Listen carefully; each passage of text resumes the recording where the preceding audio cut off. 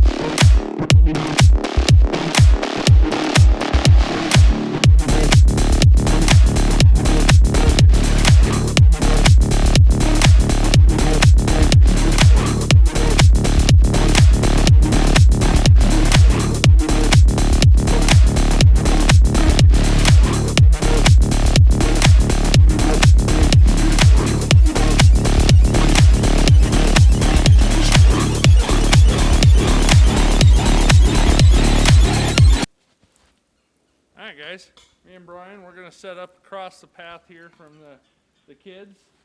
Brian's going to put his hammock up back there. I'm going to put my hammock up here. I'm going to try a new rain fly out. It's more of a tent type setup around the hammock.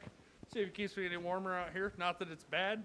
We got plenty of gear and we're comfy, but hey, any added heat helps, right? It's winter camping.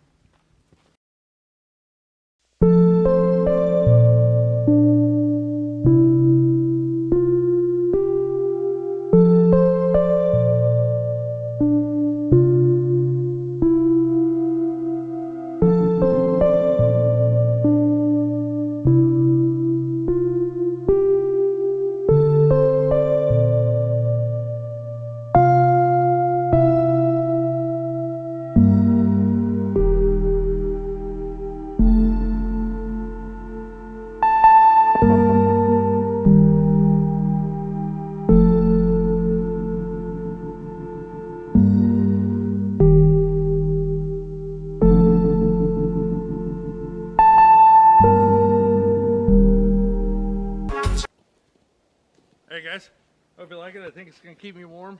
I'll show you inside a little bit later tonight when we get ready for bed.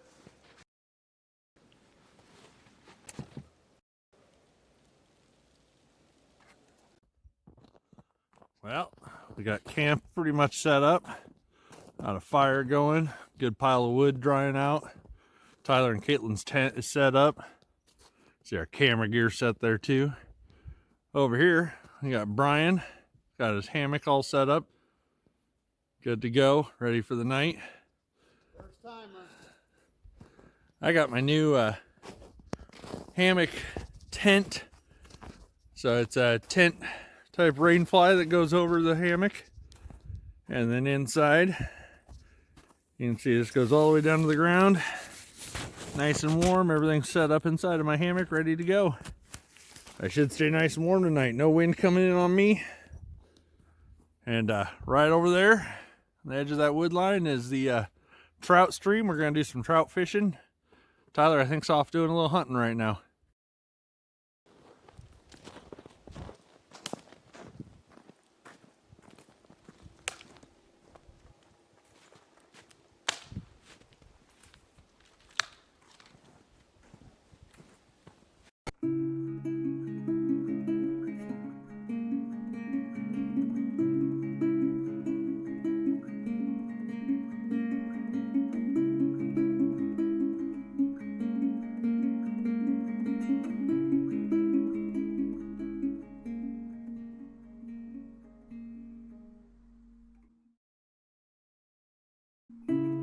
Big and medium. Okay. You sure that's not too big?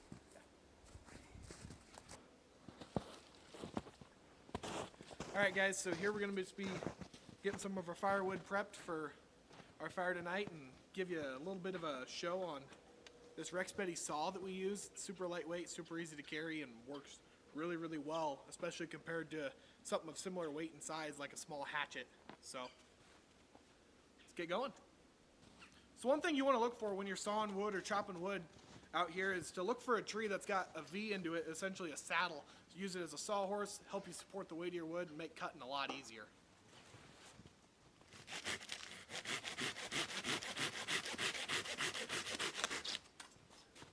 Seconds. With that saddle set up, you can just keep pulling the next section through and keep going until you're all the way through your branch.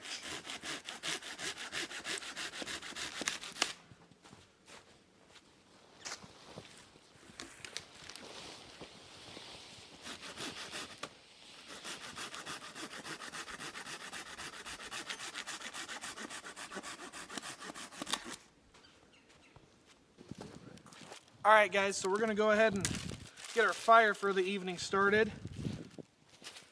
Go ahead and take some of this kindling that we have already gone and gathered up. Just want to start with a lot of nice, small, dead wood. Nothing too crazy. And right now I'm just putting a little bit on the bottom just because it is so wet out to protect our homemade cotton round fire starter. If you guys haven't seen us use or make these, go ahead and look back in the previous videos. We do a comparison test on how well they work versus other fire starting methods, as well as an instructional video on how to make them.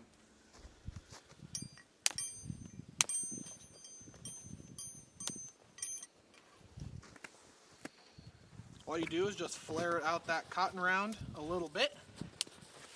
Get down there with your choice of fire starting method. Hit it with a spark and it lights right up.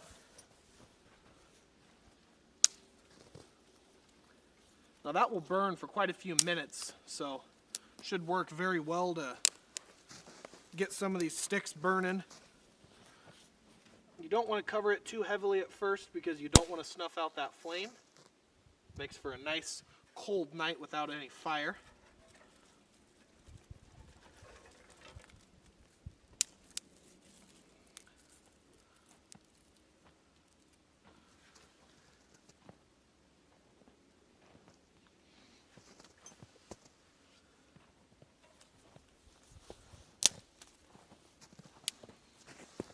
And that's about it. Just keep tending your fire, slowly adding more and more small wood as it just keeps on roaring.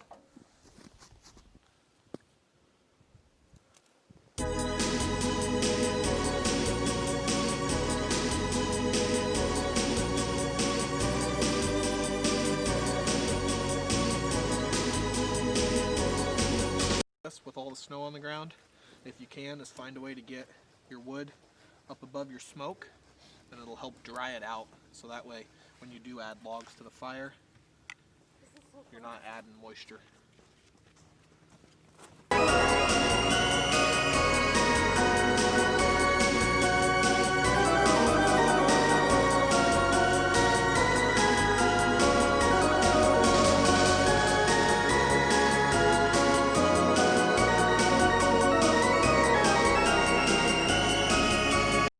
Now? He's on. Yep, reel, he is. reel. I'm trying. Hold on. Oh yeah. Work the drag though, don't break him off. Oh, I got him.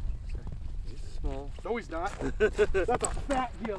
Hold on, hold him in front of the camera though. Don't take him over there. You're by my chair, you got video, so you can scoot back here. Yeah, he's edible. That's a fatty.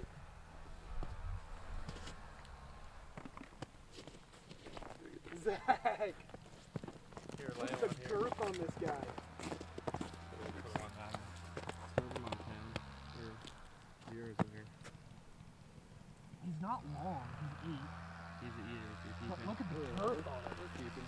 Throw it with the other one so it makes it at least worth it. Cool. Booyah, you're on the board. Hi. Nice catch, Corey. That's all really fat. We'll get some good meat off him. Oh, there we go. Got him? Yep. Nice. I think so. Yep. Definitely. Oh yeah. Much more fight. Okay. Don't force them. See what it is.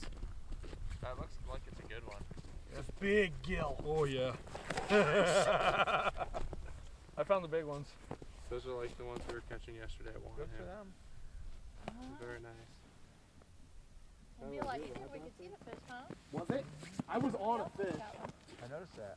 Am I I on? don't know how far down I am. I'm just guesstimating. Yeah, exactly. I'm guesstimating. And I'm I'm kind of like, guessing. okay, I think I started at the bottom, So I'm worked my way up, and I'm actually coming up a jigging little mine bit. almost sit a at this foot spot when for I'm a little bit, hooking and these come up a guys. little bit Yeah. more, sit there. It's kind of how I'm doing. Plenty of worm in I'm trying to Jigging determine it whether or hard not while they helpful bite? slam to the floor. Right before, That guy was so and then fat. I jigged it looking at about my line. 3 or 4 times, Dang. What? and then just Look let it at that stop thing. for No, a I sec. have no idea Yeah. where I'm at. Boom. Yeah, that's a good looking fish. That's nice looking. So I'm just watching it, seeing when they get close, and then I start jigging her up and down.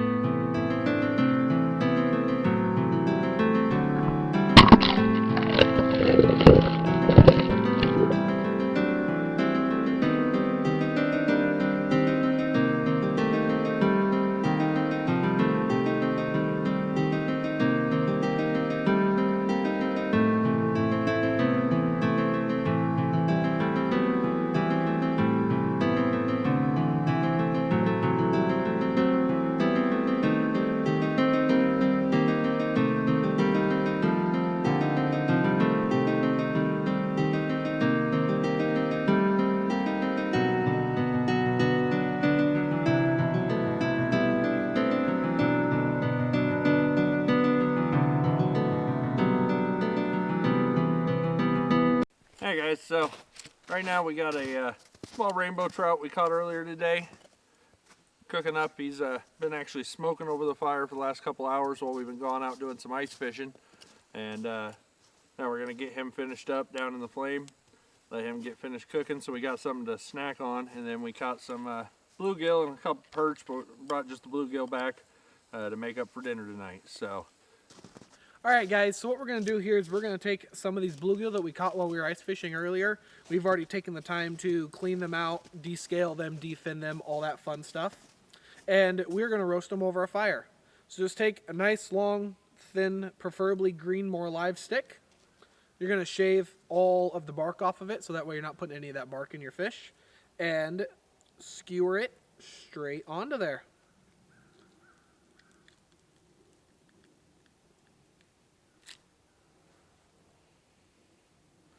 Give yourself plenty of room to put your second fish on.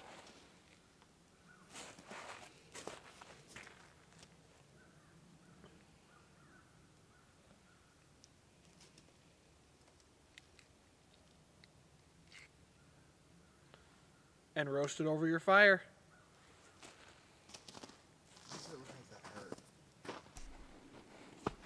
alright guys, food's up. A little bit of fresh smoked trout in the stream today. And we only caught one of these, so everybody's gonna share. So we'll see if they like it or not. Unfortunately for everybody, I don't like fish. I like to catch them, I just don't like to eat them. It looks really Oh, it's yummy. just falling right out of the skin. Yeah, looks good. Yum. Come with me. Come with me. It Oh my honestly gosh. reminds me of salmon. It's hand food. Totally. There will be little bones through them, so. Mm-hmm. Let me see if I can find a little bit Scrub. of fillet. That's actually really good. Warm, fresh food is always awesome when you're camping, right? That Always. tastes super good. Always. And get back by the spine. Ooh. Good smoke for everybody. Yeah. Good color. Yeah, that smoke gave it a really nice flavor. Yeah. Look at that good pink color. I like that. Just How do you working through compare it some of to those other small fish? bones. Mm-hmm. For people that haven't had trout before, what type of fish would you compare it to? Salmon. Salmon? For Salmon is sure. the closest. Yeah. It's like close to salmon. I had salmon less than a week ago, Yep, and I can tell you that this is a very similar tasting fish. totally. If you like salmon from the shore, you would like wild caught trout. Yep. And we're picking out these little bones, but if you remove the spine when you first cut the head off, you won't have to pick as many bones out. Unfortunately, we're roughing it, guys, so everything's done out here in the snow and little tougher to do things exactly how you'd want to do it. Although Tyler just found the spine now and pulled it out. Well, there you go. That's all spineless meat right there, guys. Yeah, It, Now everybody wants in. but no wonder. it tastes super good. It's the same, or it's trout. It's fine. As we're gonna finish eating, we'll be back. We got some bluegill that Tyler just showed you that we're putting on the fire right now, and once that's done, we'll finish up our meal. Talk to you in a bit. Hey guys, I'm Caitlin. I'm trying the bluegill that we caught earlier today. We had put it over the fire and we smoked it. So far so good. It's super, super delicious. They come with a lot of good oils in there. Cooks the meat very, very well. It has nice flavor. It's honestly not too fishy. You don't really need a fork or anything. You just pull it apart. It's kind of like eating ribs, but they're real small, so. We just put salt and pepper, and yeah, that oil makes it taste amazing, so. All right, guys. So it's getting dark out here, as you can see. We got a little bit of light on, at least so we can see what we're doing. I just wanted to cut into this for a minute here and show you guys something. Hopefully you can hear it in the background at some point while we're talking. But up here, we're up at Grove Lake, or the creek running into Grove Lake up in northern Nebraska up by Royal.